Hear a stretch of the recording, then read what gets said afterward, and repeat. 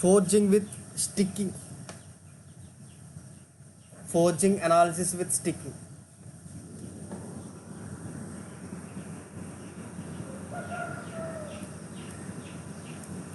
Forging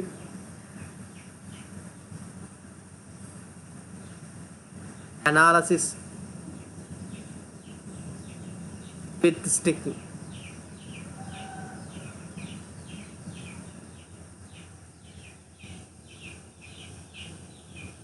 ఒక్క నిమిషం ఉండే విత్ స్టిక్.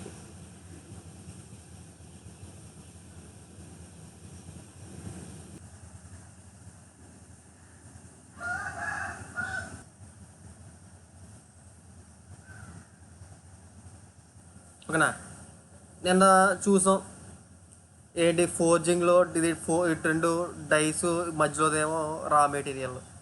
ఓకేనా, సో ఎప్పుడైతే డై అన్నది డైతో మన రా మెటీరియల్ కంప్రెస్ చేస్తున్నామో ఓకేనా, అప్పుడు ఈ రా మెటీరియల్ ఏమవుద్ది ఈ సెంటర్ నుంచి ఈ డైరెక్షన్లో ఫ్లో అవ్వకుంటూ వెళ్తుంది.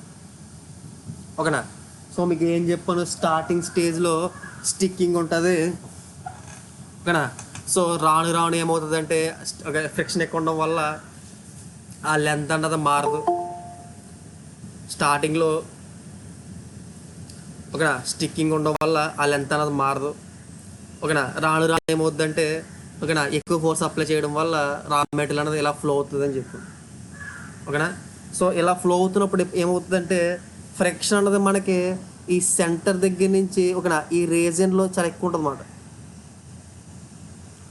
ఇలా రా మెటీరియల్ ఫ్లో అవుతున్నప్పుడు కూడా ఓకేనా ఈ సెంటర్ దగ్గర నుంచి కొంచెం దూరం వరకు కూడా రా మెటీరియల్ కొంచెం దూరం వరకు ఫ్రిక్షన్ అనేది చాలా ఎక్కువ ఉంటుంది.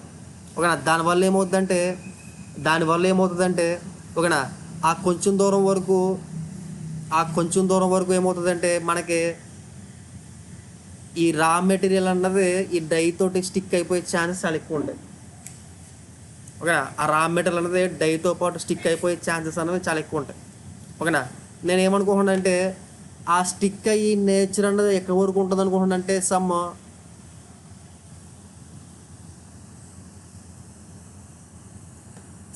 లెంత్ సమ్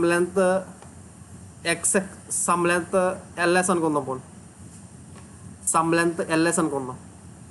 ఓకేనా, ఈ ఎల్ఎస్ అంటే ఏంటంటే స్టిక్కింగ్ లెంత్ అన్నమాట.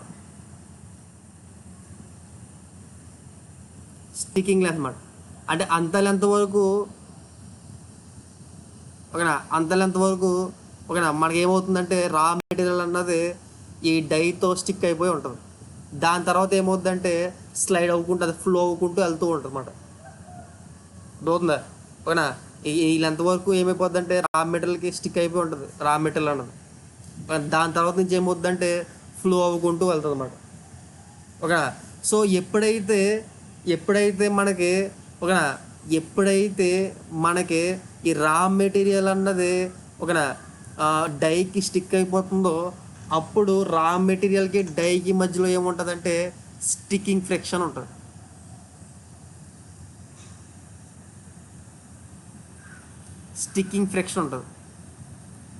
ఓకేనా, దీని తర్వాత ఏమైపోతుంది ఆ రా మెటీరియల్ అనేది డై మీద ఫ్లో అయిపోతుంది కాబట్టి ఓకేనా అప్పుడు ఏముంటుందంటే స్లైడింగ్ ఫ్రిక్షన్ ఉంటుంది.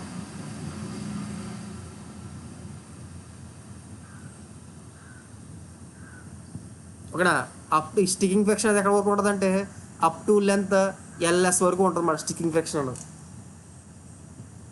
అదవుతుందా? ఓకేనా, ఎల్ఎస్ దాటేసిన తర్వాత వర్క్ పీస్కి డైకి మధ్యలో ఏముంటుందంటే స్లైడింగ్ ఫ్రిక్షన్ ఉంటుంది.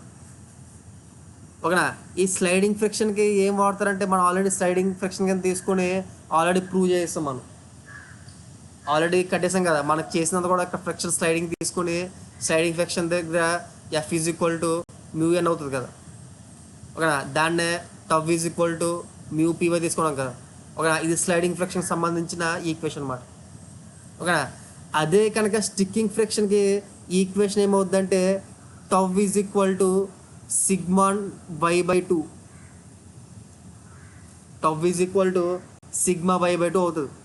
యాక్చువల్గా ఏంటంటే tau is equal to sigma y/√3 von Mises theories of failure criteria ప్రకారం ఓకేనా. స్టిక్కింగ్ థియరీ ప్రకారం tau is equal to sigma Y by √3 according to von Mises criteria.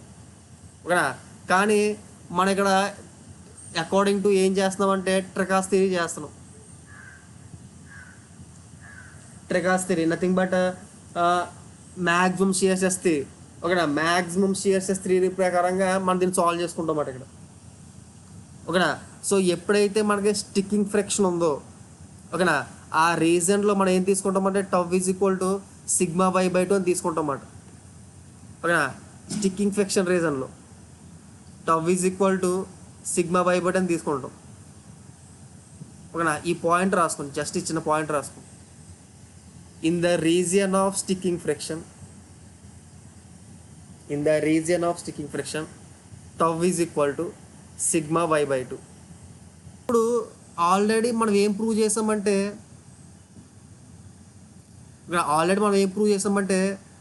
Py is equal to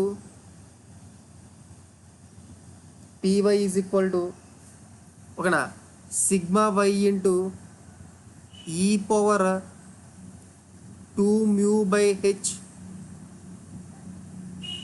e power 2 mu by H,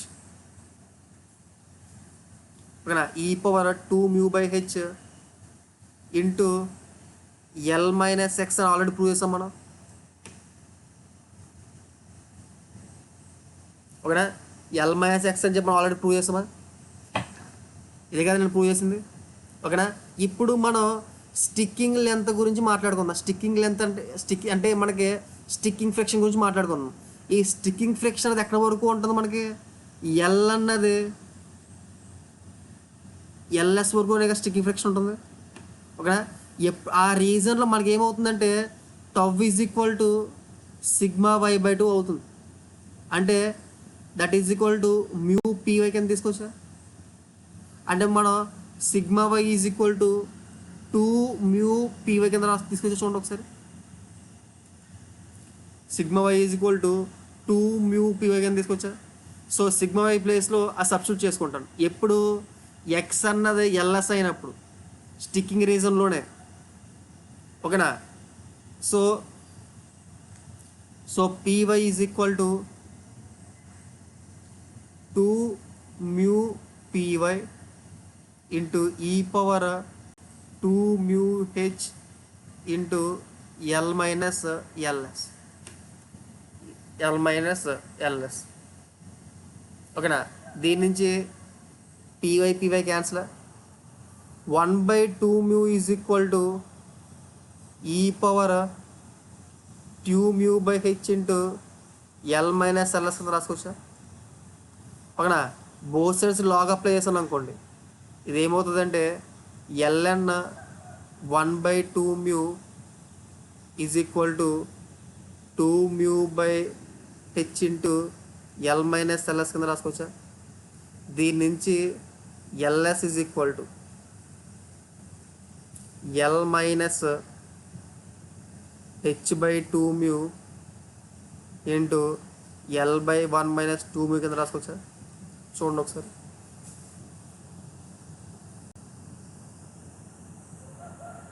ఓకేనా. దీన్నే sticking length అంట, sticking length equation అంటారు. మన ఫోర్జింగ్లో ఎంత sticking length ఉంటుంది అంటే ఏం చెప్పాలంటే ఈ ఫార్ములా యూస్ చేసి ఫైండ్ అవుట్ చేయాలి. దీనిలో ఎల్ అంటే ఏంటి, దాంట్లో ఎల్ అంటే ఏంటి?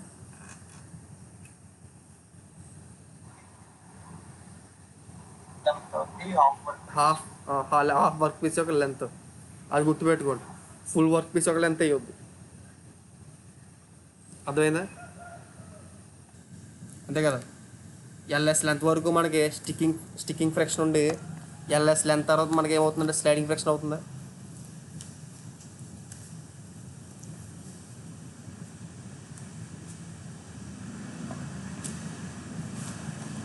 ఫస్ట్ వన్ తర్వాత స్లైడింగ్ ఫ్రిక్షన్ అవుతుందా? ఓకేనా. సో ఇప్పుడు సో మనకి ప్రెషర్ అన్నది ప్రూవ్ చేసినప్పుడు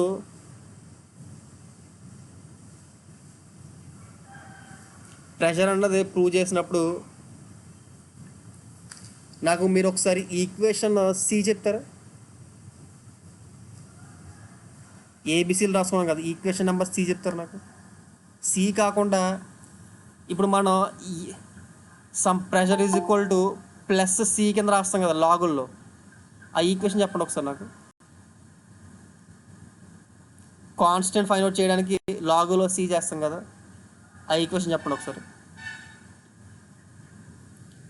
py is equal to something into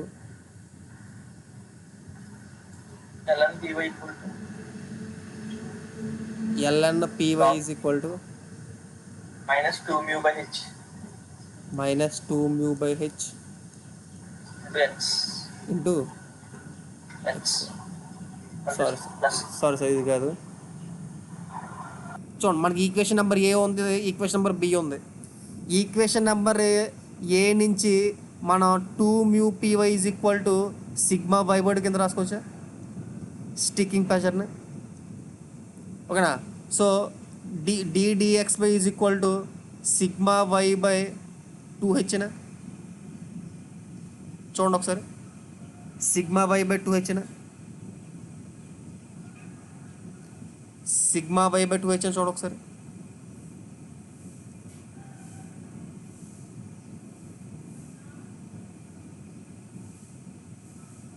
చూడండి కట్టినా.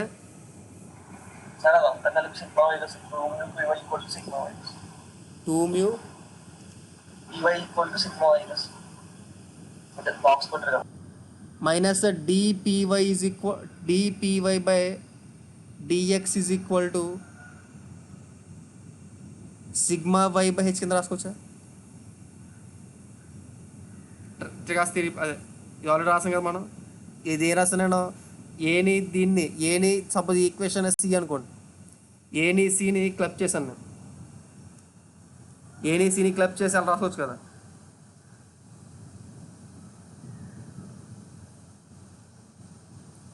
ఏని సిని క్లబ్ చేసి అలా రాసుకోవచ్చు కదా. ఇప్పుడు ఏం చేస్తానంటే integrating on both sides, integrating on both sides, ఓకేనా. ఇంటిగ్రేటింగ్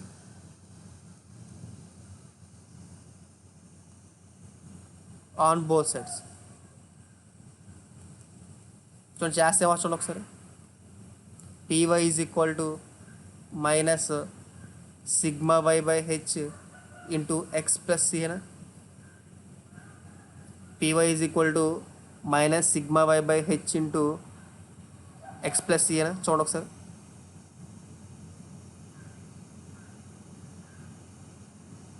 చూడండి ఒకసారి, అంతేనా, అంతే ఓకేనా. సో మనకి ఇప్పుడు ఏం తెలుసు అంటే let P S is the sticking pressure, let P S is the sticking pressure, ఓకేనా. ఈ స్టిక్కింగ్ ప్రెషర్ అన్నది ఎక్కడి వరకు ఉంటుందంటే X is equal to L S వరకే ఉంటుంది, ఓకేనా. అంటే నేను X is equal to L S వరకు P Y is equal to P S కింద రాసుకోవచ్చా. P Y is equal to P S కింద రాసుకోవచ్చా. సో దాని నుంచి sticking pressure P S is equal to minus sigma Y by H into L S plus C అనా. దాని నుంచి C is equal to P S plus sigma Y by H into L S అనా. చూడండి ఒకసారి.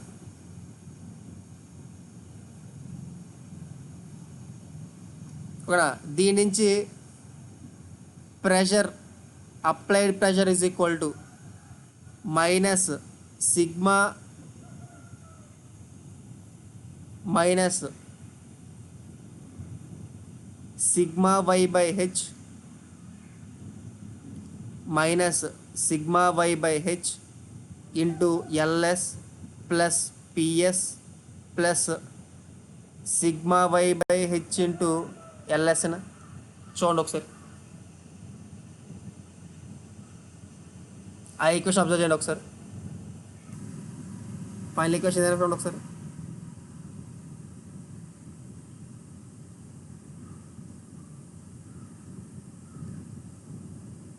అబ్జర్వ్ చేయండి ఒకసారి డౌట్.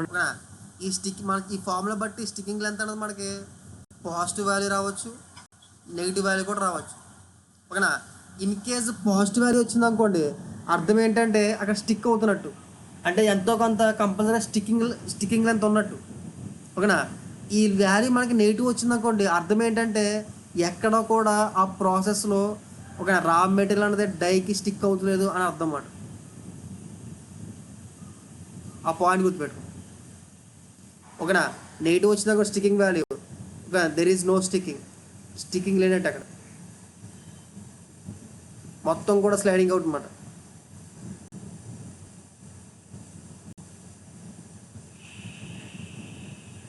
ఆ పాయింట్ గుర్తుపెట్టుకో. P Y is equal to P S minus sigma Y by H into X minus LS కింద రాసుకోవచ్చు. చూడండి ఒకసారి దాన్ని.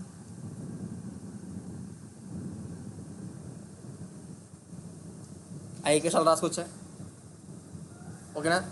ఈ పిఎస్ అన్నది ఏంటి, స్టిక్కింగ్. ఈ పిఎస్ అన్నది ఏంటంటే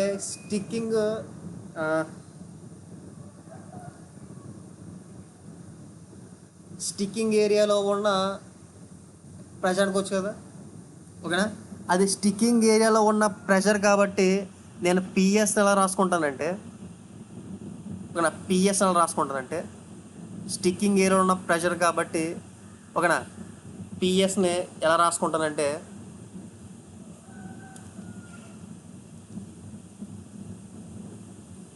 mu P S is equal to ఏమవుతుంది అంటే, చూడండి ఒకసారి. Mu P S is equal to sigma Y by two అవుతుందా.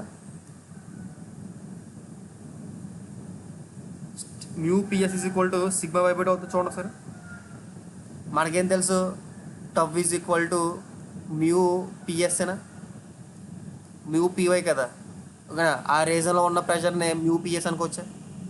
ఓకేనా. దీని నుంచి P S is equal to sigma Y by two mu కింద రాసుకోవచ్చా. ఓకేనా. So pressure P Y is equal to sigma Y by two mu minus sigma Y by H into X minus L S. ఇది overall pressure equation అన్నమాట. ఓకేనా. ఇంక మనకి ఇది పిఎస్తో పని లేదు కదా, స్టిక్కింగ్ ప్రెషర్తో పని లేదు కదా. సో స్టిక్కింగ్ ప్రెషర్తో పని లేకుండా, ఓకేనా, ఏ పాయింట్ దగ్గర ఎక్కడైనా సరే ఎలాగైనా సరే మనం ప్రెషర్ ఈక్వేషన్ కట్టాలంటే ఈక్వేషన్ ఇది. ఎప్పుడు ఇది స్టిక్కింగ్ అన్నది పిక్చర్లోకి వచ్చినప్పుడు. ఓకేనా. స్టిక్కింగ్ అన్నది పిక్చర్లోకి వచ్చినప్పుడు రాసుకున్న ఫార్మ్.